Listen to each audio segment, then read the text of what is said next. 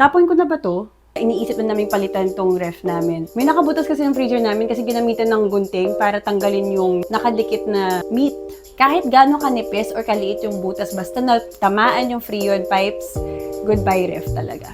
Once na nabutas mo yung Freon pipes, hindi na rin gagana yung buong ref. Kumbaga, hindi na siya magpo-produce ng lamig. Pina-check muna namin siya sa technician. Kung wala daw nag-hiss na sound, yung na parang gas, ibig sabihin na hindi natamaan yung Freon pipes.